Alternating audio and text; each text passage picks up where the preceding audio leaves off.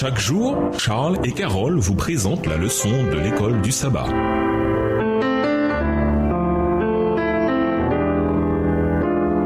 Bienvenue dans votre émission Dieu nous parle. Nous la leçon de jeudi, un message pour la Odyssée. Lisons Colossiens 4, versets 16 à 18, à comparer avec Colossiens 2, les versets 1 à 3. Réfléchissez au message de Jésus à la Odyssée, voilà la leçon d'hier. Quelle corrélation voyez-vous avec celui destiné aux Colossiens, qui devait également être lu dans l'église de la Odyssée du temps de Paul? Colossiens 4, les versets 16 à 18. Lorsque cette lettre aura été lue chez vous, faites en sorte qu'elle soit aussi lue dans l'église des Laodicéens et que vous lisiez à votre tour celle qui vous arrivera de Laodicée. Et dites à Archippe, prends garde au ministère que tu as reçu dans le Seigneur afin de le bien remplir. Je vous salue, moi Paul, de ma propre main. Souvenez-vous de mes liens. Que la grâce soit avec vous. Colossiens 2, versets 1 à 3. Je veux en effet que vous sachiez combien est grand le combat que je soutiens pour vous et pour ceux qui sont à la Odyssée et pour tous ceux qui n'ont pas vu mon visage en la chair, afin qu'ils aient le cœur rempli de consolation, qu'ils soient unis dans la charité et enrichis d'une pleine intelligence pour connaître le mystère de Dieu, savoir Christ, mystère dans lequel sont cachés tous les trésors de la sagesse et de la science. Dans l'histoire du peuple de Dieu, au fil des siècles, les mêmes problèmes sont récurrents. Les prophètes reprochaient à Israël de vouloir adorer comme le monde et les exhortaient à se repentir avant qu'il ne soit trop tard. Ésaïe se lamenta même. La cité fidèle est devenue une prostituée. Ésaïe 1, verset 21. Et exhorta le peuple à revenir à Dieu afin qu'il les pardonne et les purifie. Ésaïe 1, les versets 16 à 20. Jean-Baptiste,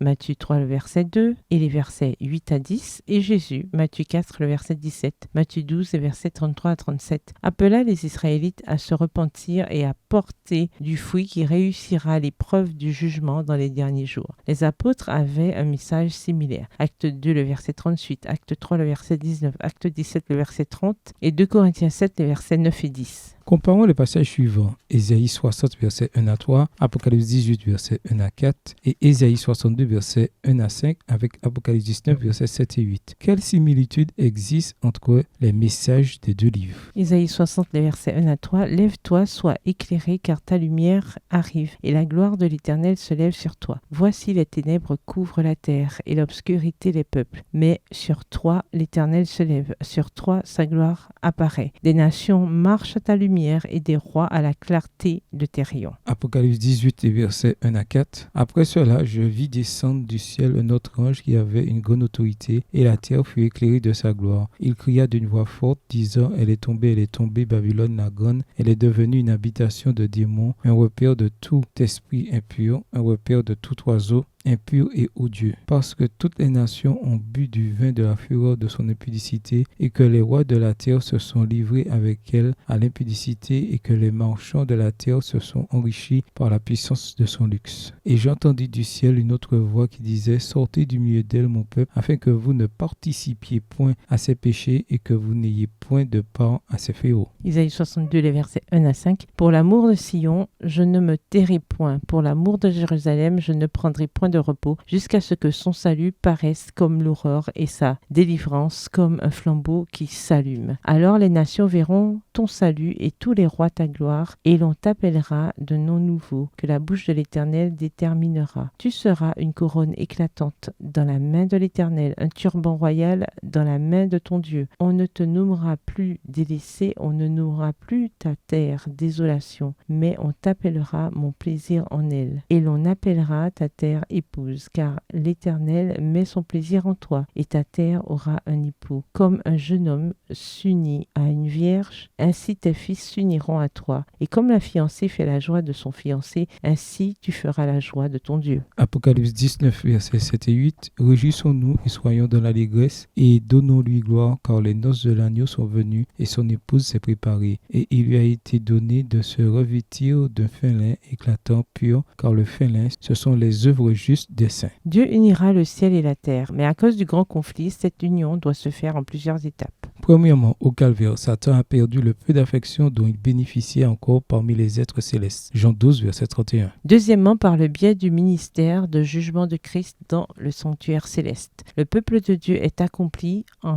toute bonne œuvre pour faire sa volonté. Hébreux 13, le verset 21 dans la version Darby, est bon pour le ciel. Troisièmement, par le biais du jugement millénaire et du jugement final. Après les 1000 ans, toutes les questions encore en suspens seront réglées à jamais, et le péché ainsi que les pécheurs impénitents seront détruits dans les temps de feu qui purifiera également la terre. Apocalypse 21, verset 8. Quatrièmement, ce n'est qu'avec la fin du péché que le ciel et la terre seront enfin unis. Apocalypse 21, verset 3. Que pouvez-vous faire personnellement? Ne regardez personne d'autre, afin de rester fidèle à Dieu et à la vérité qu'il nous a donnée. Autrement dit, quel choix faites-vous qui révèle qui a vraiment votre cœur? Au revoir. Et à demain si Dieu veut.